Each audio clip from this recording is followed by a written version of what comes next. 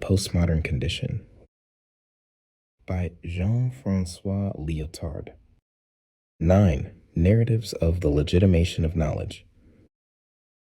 We shall examine two major versions of the narrative of legitimation. One is more political, the other more philosophical. Both are of great importance in modern history, in particular in the history of knowledge and its institutions. The subject of the first of these versions is humanity as the hero of liberty. All peoples have a right to science. If the social subject is not already the subject of scientific knowledge, it is because that has been forbidden by priests and tyrants. The right to science must be reconquered. It is understandable that this narrative will be directed more toward a politics of primary education rather than of universities and high schools. The educational policy of the French Third Republic powerfully illustrates these presuppositions. It seems that this narrative finds it necessary to de-emphasize higher education. Accordingly, the measures adopted by Napoleon regarding higher education are generally considered to have been motivated by the desire to produce the administrative and professional skills necessary for the stability of the state. This overlooks the fact that in the context of the narrative of freedom, the state receives its legitimacy not from itself, but from the people.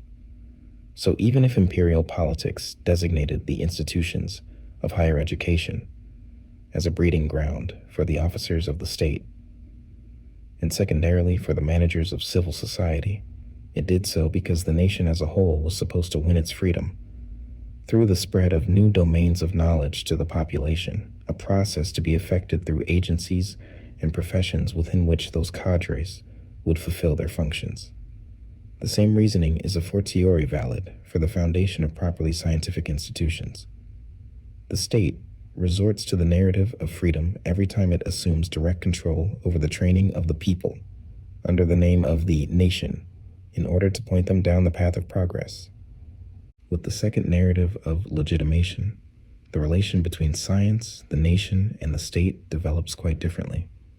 It first appears with the founding between 1807 and 1810 of the University of Berlin, whose influence on the organization of higher education in the young countries of the world was to be considerable in the 19th and 20th centuries. At the time of the university's creation, the Prussian ministry had before it a project conceived by Fichte and counter-proposals by Schleiermacher. Wilhelm von Humboldt had to decide the matter and came down on the side of Schleiermacher's more liberal option. Reading Humboldt's report, one may be tempted to reduce his entire approach to the politics of the scientific institution to the famous dictum, science for its own sake. But this would be to misunderstand the ultimate aim of his policies, which is guided by the principle of legitimation we are discussing, and is very close to the one Schleiermacher elucidates in a more thorough fashion. Humboldt does indeed declare that science obeys its own rules, that the scientific institution lives and continually renews itself on its own, with no constraint or determined goal whatsoever. But he adds that the university should orient its constituent element, science, to the spiritual and moral training of the nation. How can this Bildung effect result from the disinterested pursuit of learning? Are not the state, the nation, the whole of humanity indifferent to knowledge for its own sake?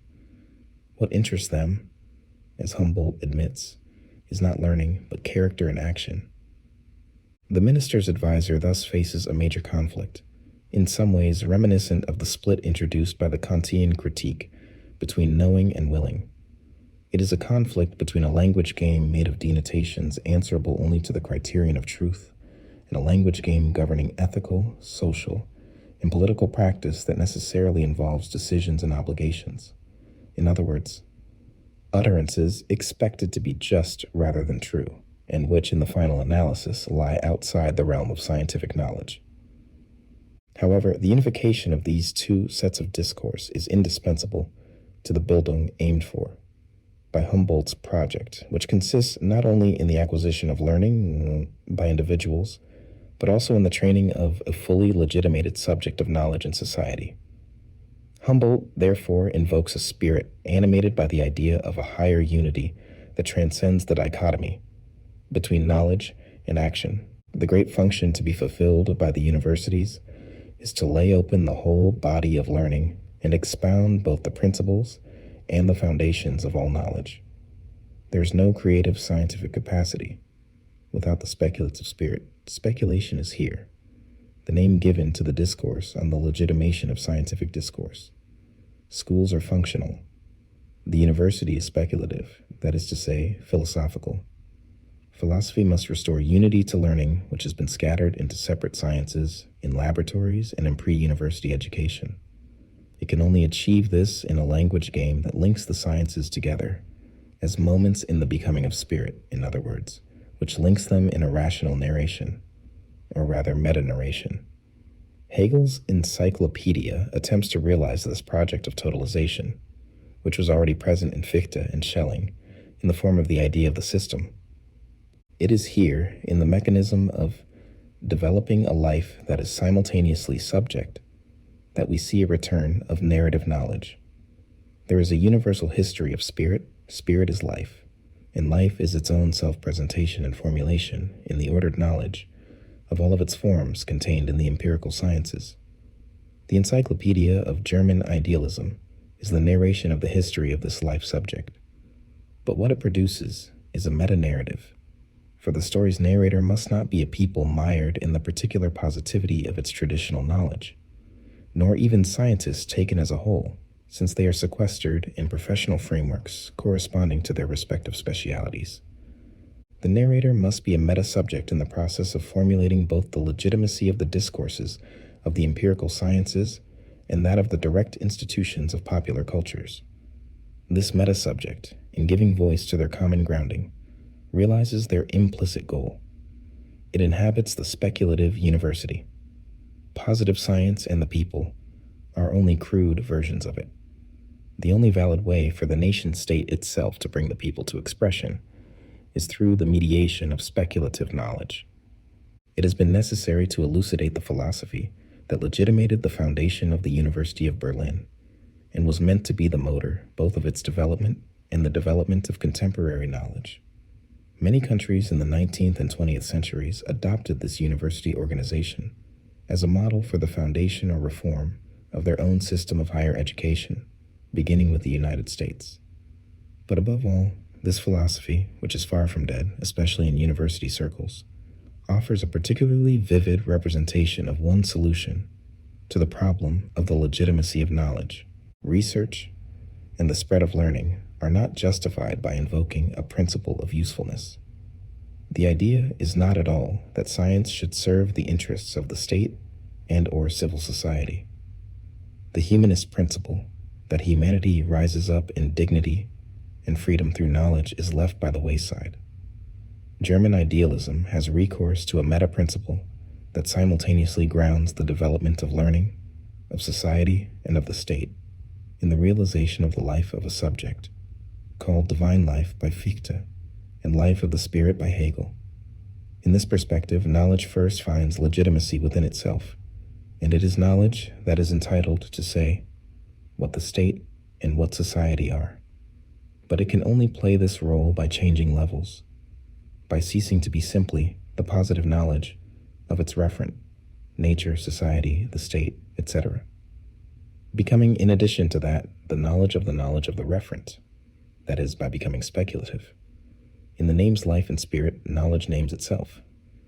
A noteworthy result of the speculative apparatus is that all of the discourses of learning about every possible referent are taken up not from the point of view of their immediate truth value, but in terms of the value they acquire by virtue of occupying a certain place in the itinerary of spirit or life, or, if preferred, a certain position in the encyclopedia, recounted by speculative discourse.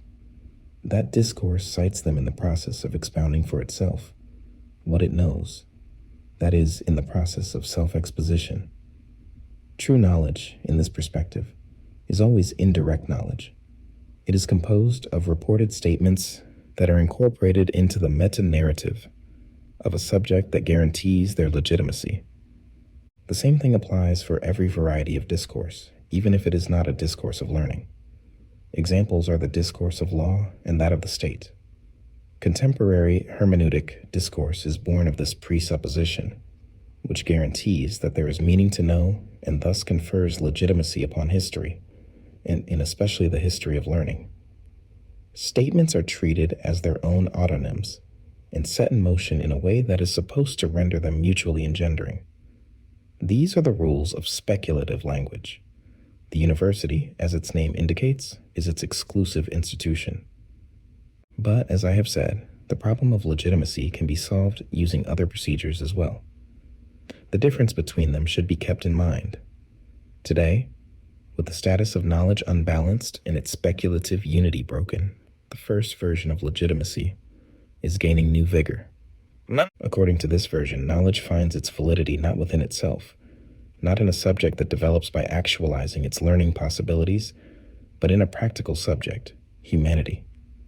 The principle of the movement animating the people is not the self-legitimation of knowledge, but the self-grounding of freedom, or, if preferred, its self-management. The subject is concrete, or supposedly so, and its epic is the story of its emancipation from everything that prevents it from governing itself. It is assumed that the laws it makes for itself are just, not because they conform to some outside nature, but because the legislators are, constitutionally, the very citizens who are subject to the laws. As a result, the legislator's will, the desire that the laws be just, will always coincide with the will of the citizen, who desires the law and will therefore obey it. Clearly, this mode of legitimation through the autonomy of the will gives priority to a totally different language game, which Kant called imperative and is known today as prescriptive. The important thing is not only to legitimate denotative utterances pertaining to the truth, such as, the earth revolves around the sun, but rather to legitimate prescriptive utterances pertaining to justice, such as, Carthage must be destroyed, or, the minimum wage must be set at X dollars. In this context, the only role positive knowledge can play is to inform the practical subject about the reality within which the execution of the prescription is to be inscribed. It allows the subject to circumscribe the executable, or what it is possible to do. But the executory, what should be done, is not within the purview of positive knowledge. It is one thing for an undertaking to be possible, and another for it to be just. Knowledge is no longer the subject, but in the service of the subject. Its only legitimacy, though it is formidable, is the fact that it allows morality to become reality. This introduces a relation of knowledge to society and the state, which is in principle a relation of the means to the end. But scientists must cooperate only if they judge that the politics of the state, in other words, the sum of its prescriptions, is just.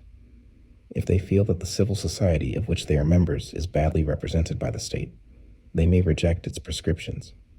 This type of legitimation grants them the authority, as practical human beings, to refuse their scholarly support to a political power they judge to be unjust. In other words, not grounded in a real autonomy. They can even go so far as to use their expertise to demonstrate that such autonomy is not in fact realized in society and the state. This reintroduces the critical function of knowledge. But the fact remains that knowledge has no final legitimacy outside of serving the goals envisioned by the practical subject, the autonomous collectivity. This distribution of roles in the enterprise of legitimation is interesting from our point of view, because it assumes, as against the system subject theory, that there is no possibility that language games can be unified or totalized in any meta-discourse. Quite to the contrary, here the priority accorded prescriptive statements uttered by the practical subject renders them independent in principle from the statements of science, whose only remaining function is to supply this subject with information.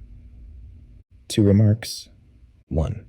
It would be easy to show that Marxism has wavered between the two models of narrative legitimation I have just described. The party takes the place of the university.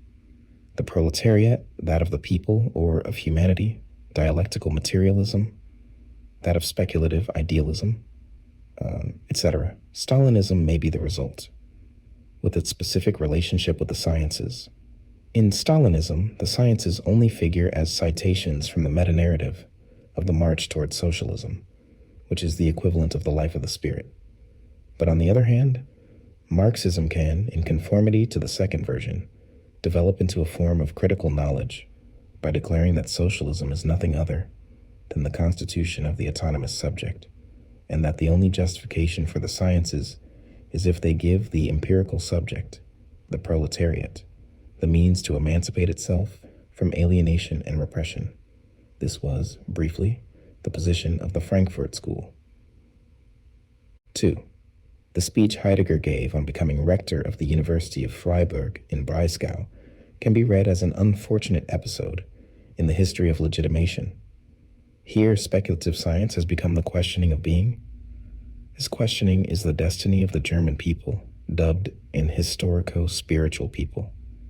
To this subject are owed the three services of labor, defense, and knowledge. The university guarantees a meta-knowledge of the three services, that is to say, science. Here, as in idealism, legitimation is achieved through a meta-discourse called science, with ontological pretensions. But here the meta-discourse is questioning, not totalizing. And the university, the home of this meta-discourse, owes its knowledge to a people whose historic mission is to bring that meta-discourse to fruition by working, fighting, and knowing. The calling of this people subject is not to emancipate humanity, but to realize its true world of the spirit, which is the most profound power of conservation to be found within its forces of earth and blood.